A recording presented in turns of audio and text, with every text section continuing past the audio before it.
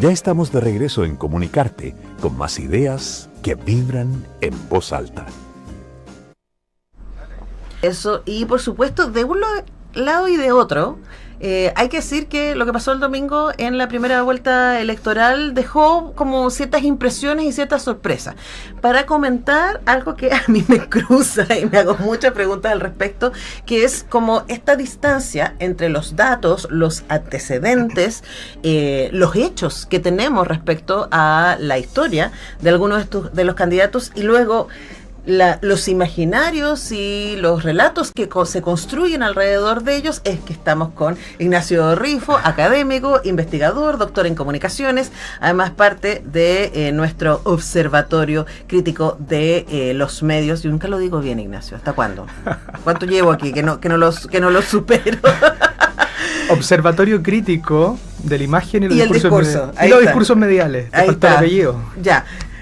Observatorio Crítico de la Imagen y los Discursos Mediales, que es parte de nuestra Facultad de Comunicaciones y que está haciendo mucha investigación respecto a estos temas. Ignacio, ¿cómo estás? Muy bien. Buenos días, Antonella. Ya, pues entonces, ¿por qué se vota como se vota? Y voy a partir con hipótesis, ¿no? Dale, a ver. Que a mí me deja muy impactada. Lo de Parisi es muy impactante. Y creo que vale la pena el análisis mediático, ¿no? Aquí no estamos haciendo análisis político, sino solamente como frente a una persona cuyos antecedentes son, entre otros, que sabemos que ha sido capaz de aprovecharse incluso de sus propios hijos. Insisto, no estoy diciendo nada polémico porque lo sabemos, que vive fuera de Chile, que no tiene ni un día de servicio público, ni de administración pública. Aparece como alguien, y aquí es como hipótesis de nuevo, que es capaz de generar eficiencia y de vincularse, a pesar de los calzoncillos vos, con la gente más pobre de Chile, que es una cosa que es súper contradictorio, uno podría decir, ¿no? Sí, sin duda. A ver, Parisi quizás fue el personaje que triunfó este domingo. Imagínate, o sea, quedó tercero igual que el 2021, pero con un saco de votos más grande. Harta plata, además, diríamos, que se lleva a Estados Unidos de vuelta. Sí, un saco de votos importante, 14 parlamentarios en el Congreso, no deja de ser. O sea, Parisi pero ya además, no es ahí hay otro dato, perdón Dime. que te interrumpa, porque el PDG, el Partido de la Gente, ha demostrado ser absolutamente caótico. O sea, tampoco uno dice ya son los partidarios, o sea, son los parlamentarios de Parisi, pero la elección anterior, no sé cuántos de No, los... quedaron en cero, ¿eh? Claro, o sea, se dividieron todo, entonces como... Insisto, antecedentes duros.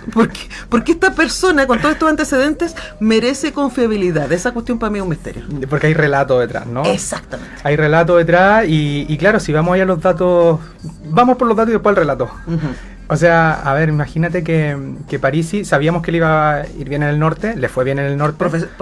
Prometió enchular a las viejas. Claro, le fue no? bien en el norte. Y claro, pero ¿quién vive en el norte?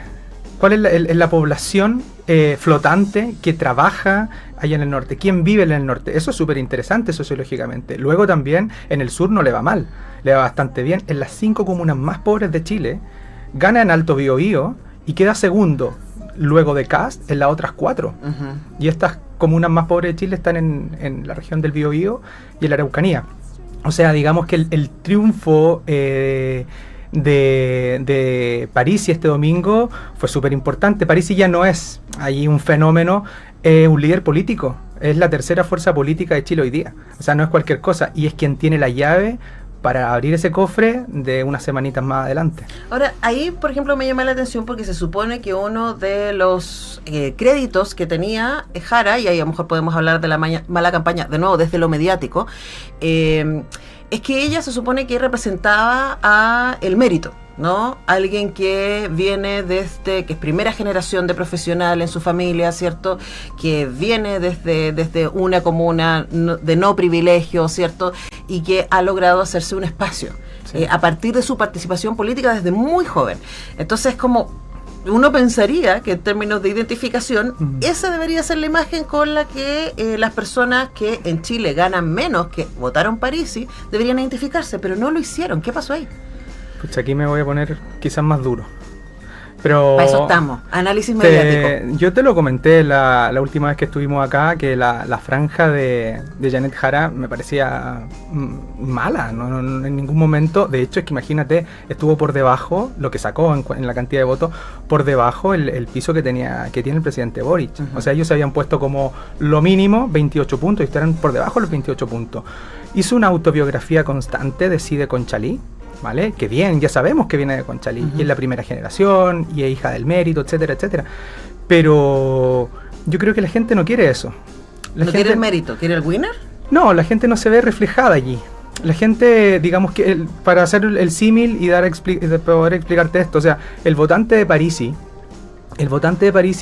son las nuevas clases medias, son las personas que alcanzaron una movilidad social, que la movilidad social es una política de izquierda, es decir, que el hijo del campesino no fuese campesino, que pudiera ir a un instituto técnico, que se fuese a una universidad, que se tomara un café en el Starbucks, que se pudiera pagar unas vacaciones, un all inclusive en Punta Cana.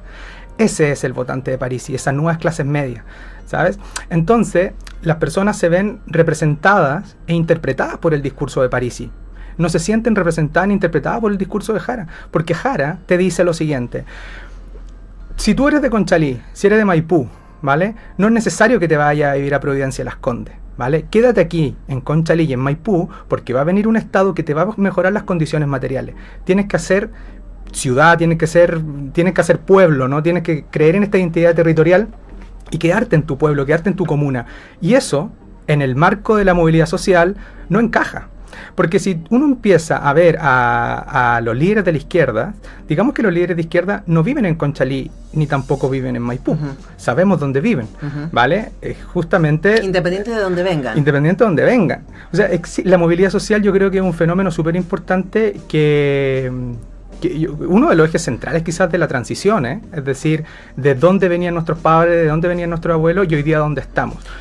Ya, pero ahí movámonos un poquito y lleguemos a Kast, porque Kast no puede promover movilidad social. Yo no sé cuál es el origen de clase de Parisi, como que ahí me dejaste de pilla, porque no sé cuánto se ha movido al respecto. Lo que sí sé es que donde ha llegado, insisto, ha sido... No, él viene del Instituto Nacional, Ok, como niña del liceo uno no puedo objetar, sí, pero estoy pensando en como antecedente, insisto, sabemos de que el tipo ha sido un aprovechador.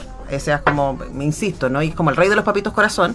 Y claro, en ese momento, en la elección pasada, uno podría decir, claro, hay muchos hombres que se van a identificar, el 80% de los padres chilenos separados no estaban pagando la pensión hasta hace unos años atrás y decía, obviamente me puedo identificar ahí, en un antivalor, ojo. Pero por ejemplo en el caso de Kast, que también fue votado en los grupos más pobres de Chile, los más precarizados, también hay un relato respecto a la eficiencia. Y aquí de nuevo nos encontramos con datos que a mí me parecen súper potentes, ¿no? El que haya estado 16 años en el Congreso con una asistencia de cerca del 54%, que no haya presentado ningún proyecto de ley significativo en 16 años, y que además en todo lo que tiene que ver con preguntas relativas a la economía, que se supone que es uno de sus fuertes, ¿no? Desarrollo, siempre ha quedado pillo. Y además que ahora sabemos que uno de sus asesores más importantes en temas económicos es uno que estuvo profundamente vinculado con los casos de colusión. Entonces uno dice, a ver, espérate, ¿cómo todo eso, existiendo todo eso, la gente piensa esto otro? Claro, porque tú eres un votante informado, Antonella. Pero yo creo que las personas se informan o sienten, o sea, esa es la pregunta, Ignacio, porque yo siento que todos somos votantes informados, el tema es que la información que nos llega puede ser distinta. No sé, porque es distinto si yo me informo leyendo las noticias o siguiendo a los analistas, etcétera, que si me informo por vía TikTok. Pero también hay información en TikTok, pues. Entonces a lo mejor ese es el tema, pues la información es distinta. Sí que es distinta. Mire, para volver a esta figura, ¿no? de Kast, y también hay que hacer ahí el símil con Janet Jara. Hay que entender que no se votan grandes trayectorias, hay que entender que no se votan programas políticos, sino que se votan liderazgos, ¿vale? Ese, para mí, el eje central, de hecho, de esta segunda vuelta tiene que ver con el liderazgo. Las personas pueden incluso votar en contra de sus intereses, ¿vale? Podemos votar en contra de nuestros propios intereses. Dile eso a los inmigrantes en Estados Unidos. Sí, latinos por Trump, ¿no? Podemos votar en contra de nuestros intereses, pero seguimos siempre votando por la candidatura que no toca mis valores ni mi identidad. ¿vale? Eso es mucho más potente que un programa político. Es decir, termino votando, marcando ahí la rayita, ¿no? ¿Por qué no toca mi saco de valores? Ya, pero entonces eso, porque lo que a mí me inquieta es que, claro, y puede ser una cosa de identificación, yo en París veo antivalores. Yeah. Entonces, puede ser que, como tú dices, tiene que ver con formación, tiene que ver con perspectiva política, tiene que ver con experiencia, sin duda. Entonces, mi pregunta tiene que ver con cómo el imaginario mediático hace aparecer o esconder todos estos hechos que hemos nombrado y hace aparecer a estas personas que tienen demostradas carencias en liderazgo como líderes potentes con los que identificarse. Sí, también el rol de los medios de comunicación ha sido fundamental en esta elección. O sea, yo ayer lo hablaba con una gran amiga, que las personas pensamos en marcos y actuamos según determinados marcos mentales que tenemos, ¿no? En el debate de Anatel, en el último debate, abre la primera ronda de preguntas Soledad Oneto y hace un speech, una introducción sobre la inseguridad en el país. O sea, ya te está dando el tema, ¿no? Y además lo interpreta y te explica de los altos índices de inseguridad en este país, ¿no? Que ha cambiado el sistema delictivo en el país, bla, bla, bla. Y te embolina, digamos, como 1 minuto y medio explicándote la seguridad y la inseguridad. ¿Vale? Ya te marca un tema, te posiciona un tema y al mismo tiempo te lo enmarca. Moverse de allí, ese es el poder mediático. Eso es muy claro. A ver, Antonella, tú allí, en este rol, ¿no? Como moderadora de un debate, tu rol es establecer el tema, ¿no? Ir coordinando los tiempos, dando el rol de palabra, etcétera, los tiempos de palabra, pero en ningún momento enmarcar un hecho, y en este caso tan sensible, como hoy día el tema de la inseguridad, que se tomó evidentemente la primera vuelta. Bueno, pero hay otro ejemplo de cómo un imaginario mediático, como es el tema de la inseguridad, también va contra los datos. Sí, va contra los datos. O sea, ya sabemos porque que Chile es el país más se siente la percepción de mayor inseguridad del planeta. Cuando han bajado el nivel de asesinatos en Chile, cuando han bajado el nivel de migración ilegal en Chile casi en un 48%, o sea, los datos dicen que estamos mejor que hace un par de años y la tele dice que estamos peor. Y eso hay un súper buen ejemplo de cómo los relatos mediáticos generan una realidad perceptiva en las personas que hace que voten como votan. Y hoy día, ¿quién te ofrece seguridad de todas las candidaturas? Es José Antonio Cast. ¿Pero desde dónde? ¿Quién te resuelve el problema? ¿Pero desde dónde? A ver, independiente, ¿no? Que sea discursivamente o no. ¿Quién tiene ese ethos que te transmite seguridad? Es que esa es mi pregunta. ¿Cómo? Porque hay una construcción, ¿no? Detrás. Él decía, por ejemplo, acuérdate, cuando fue el estallido social, ¿no? Fue el estallido y distintas coaliciones políticas fueron a firmar este acuerdo y él dijo no, ¿vale? No, es que esto tiene que tener una salida más democrática, ¿no? Más pausada, tenemos que conversar con las distintas partes. Él decía no, mano dura. Él no se ha movido, del escritorio, el otro día lo decía muy bien Belolio. El José Antonio Cast no se ha movido su escritorio. Tú lo mueves a otro tema y se equivoca. Él es seguridad. ¿Quién te ofrece seguridad? Es solo él. Claro, pero esa seguridad que está muy vinculada también con su simpatía por la dictadura. O sea, es ese tipo de seguridad. Es una seguridad contra libertad. Y hoy día estamos en un momento, como te dicen algunas encuestas, que este fin de semana a las encuestas de aquí no les fue muy bien, pero sí que hay estudios de opinión que quizás son un poco más profundos, como Ipsos, por ejemplo, viene y te dice que las personas están dispuestas a perder libertades y derechos en pro de mayor seguridad, ¿sabes? O sea, hoy día el leitmotiv, ¿no? Lo hablamos la otra vez también, Antonella, lo que está en el centro aquí es seguridad. Quien te ofrece seguridad es él. Donde se equivoca Janet Jara es hablar en el mismo lenguaje de él. Sí. Entonces, equivocado en general las izquierdas en ir a jugar a esa cancha. Tú no puedes evocar el marco de tu antagonista, ¿vale? Si él te está hablando de seguridad, tú no puedes hablar de seguridad, porque primero, es poco creíble, y segundo, está evocando constantemente a tu antagonista, ¿vale? Es decir, cuando Janet Jara comienza, ¿no? En la franja, el día 1, y la vemos ahí sola en el desierto, ¿no? Diciendo que vamos a controlar la frontera y que vamos a invertir en seguridad, es que nadie le cree eso.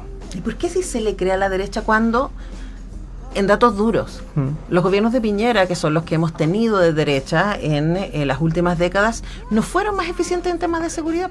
Porque son datos nomás, po. Bueno, es que esa es mi pregunta. Los datos se olvidan. Los datos se olvidan si finalmente lo que nos estructura como sociedad y como comunidades son los relatos, son las historias, son nuestros cuentos, metáforas, mitos, ideas de mundo, el ethos de cada persona. Porque no es el dato puro y duro, el dato puro y duro se olvida. Es que eso es lo que, por ejemplo, a mí me inquieta y me preocupa y siento que no lo estamos viendo, que tiene que ver con que, el dato duro, lo que sabemos es que cuando la derecha ha sido gobierno no lo ha hecho particularmente bien en seguridad, no ha resuelto los problemas, no ha sido, se les acabó la fiesta, no ha sido, esos son los datos reales. De hecho, en datos real, con todas las distancias que uno tiene, este gobierno ha sido mucho más eficiente. Pero mediáticamente no se siente así, y mediáticamente la derecha sigue siendo como el bastión de la seguridad a pesar de los hechos. ¿Por qué? ¿Cómo construyeron eso? Yo creo que es histórico, ¿no? O sea, si uno piensa en la derecha, así de golpe, mira, el otro día escuchaba... Literalmente de golpe. No, que estoy pensando que quizá esa es la fantasía de seguridad. Portaliano. Seguridad igual una militares. Cosa, sí, una cosa portaliana, de la rectitud, del orden. Por eso en un comienzo en esta conversación te decía que hay dos grandes marcos de familia, ¿no? Es decir, este progenitor protector o este progenitor estricto, ¿no? El padre estricto. Es una teoría de un lingüista, de un George Lakoff, que trabajaba allí en Estados Unidos, un progresista, y que explicaba que finalmente uno puede entender la política a partir de estos dos grandes marcos familiares. El progenitor, los progenitores, pero decía en plural, ¿no? El protector te está vinculado siempre a la izquierda. Que el mundo, sí pueden haber peligros, pero el ser humano nace bueno, ¿vale? Y hay que darle la herramienta, hay que cuidarlo, hay que protegerlo, el Estado tiene que estar presente, tiene que ser solidario, avanzar en justicia, en equidad social, ¿vale? Ese tipo de progenitor. Y luego tenemos el estricto, que él lo vincula con los conservadores allí en Estados Unidos, con las derechas, ¿no? Que te dice que el mundo es un mundo súper peligroso, siempre vienen amenazas, el discurso del terror y del miedo siempre está presente porque el mundo, Antonella, es peligroso, ¿vale? Y ante eso te tengo que dar toda la herramienta, ¿vale? Incluso mediante castigos, para que puedas, ¿no? Desenvolverte y vivir de la mejor manera. Y ahí es cuando se entiende en Estados Unidos, por ejemplo, la tenencia de armas y el porte de armas. ¿Sí? A pesar de las consecuencias que tiene. A pesar de las consecuencias que tiene. Y ahí otra vez, el número te dice que las escuelas, que tantos asesinatos, bla, bla, bla, es el número. Y que el aumento de cárcel no baja la delincuencia, eso lo sabemos. Claro, pero son números.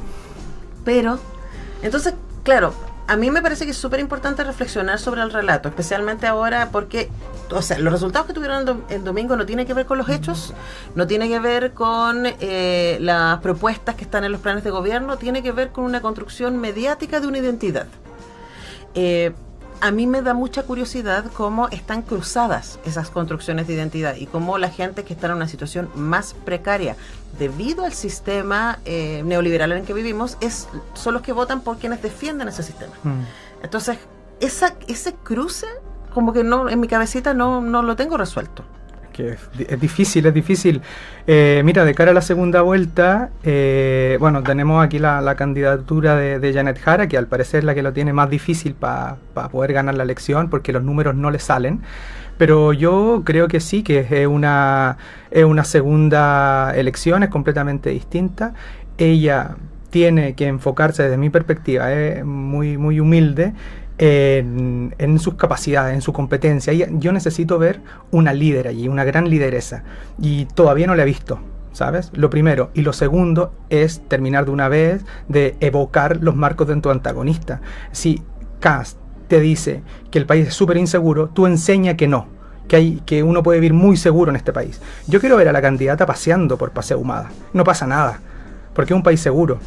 Hace una semana estuvo Dua Lipa paseando aquí por el centro de Santiago. Eso tenía que ser viral, ¿sabes? Porque de esa manera tú no estás evocando el marco del antagonista, sino todo lo contrario, estás diciendo que Chile es un país seguro.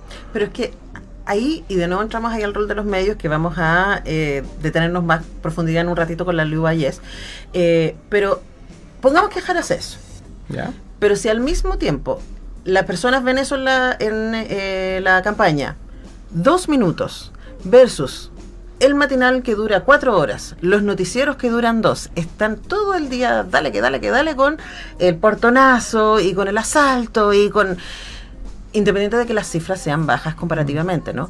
Y de que hayan bajado en los últimos años, es difícil que la gente le crea a la candidata cuando tiene 8 horas Sí, sí, de sí. su diario en eso, ¿no? Es difícil. Bueno, Luhmann ya lo decía, Juan Luis Pintos también, ¿no? Que los medios son fábricas constructoras de realidad, y todos los medios, Ujú. ¿vale? Este también, ¿no? Vamos construyendo realidad, vamos urdiendo realidades. Nosotros queremos pensar que somos una fábrica de preguntas. De preguntas. Invitamos a la gente que se haga preguntas con nosotros. No, y eso, ¿no? Y es complejo porque los medios de comunicación instalan una agenda, pero no solamente te instalan una agenda, sino también te dicen cómo se debe pensar sobre esa agenda. Ujú. No te dan solo el tema. El que ejemplo eso, que tú das de la Soloneto. Claro, ese agenda setting, ¿no? Agenda setting, voy y te establezco un tema, una cosa. Pero el framing, el segundo nivel de la agenda setting, y te dicen además cómo se piensa sobre ese tema. Y es muy difícil. Yo creo que hoy día el tema está instalado, que es de seguridad, inseguridad, crecimiento económico, migración, y eso le viene como anillo al dedo a la derecha. Independiente de que, por ejemplo, los datos duros, tipo, vamos a sacar a 366.000 migrantes en 100 aviones. Imposible. Es imposible. Es imposible. Pero es que, insisto, a mí mi locura es como, si sabemos que es imposible, ¿por qué la gente igual le cree? Esos 6.000 millones de dólares no saben cómo. Ujú. Es difícil, ¿no? Es difícil, pero otra vez son datos. Y los datos se olvidan. Los datos se olvidan. Lo que prevalece siempre, siempre es el relato. Nosotros creemos que somos muy racionales. Y el Homo sapiens, sapiens, sapiens, ¿no? Y 3 veces sapiens. No, es Homo narrens, ya lo sabemos. Es narrativo, es simbólico, ¿no? El ser humano es un ser narrativo que vive envuelto en relatos. Sin relatos no existe el ser humano, no existen las comunidades. Y finalmente eso es lo que hoy día, digamos, tensiona esta campaña política, el relato, no la cifra. Bueno, tenemos un montón que estar atentis, tenemos mucho material para analizar, por supuesto que nos inquieta, como ciudadanos también, ¿no? A mí de verdad me inquieta como ciudadana la instalación de relatos por sobre los datos y cómo se construye realidad. Ahora, Marico ya lo decía, ¿no? La realidad se construye entre el dato y el relato, y quizás ahí en el relato es donde tenemos que poner más atención y su coherencia con los datos. Vamos a seguir hablando de esto, sin duda. Gracias, Ignacio Rifo, por acompañarnos. Gracias a ti. Ya vi que llegó nuestro fabuloso Gonzalo Martínez para hablar de cómics. No te vayas, se va a estar muy bueno. Y después viene la Luis Vallés para hablar de medios de comunicación. Todo eso en nuestro Comunicarte. Vamos con música y ya regresamos.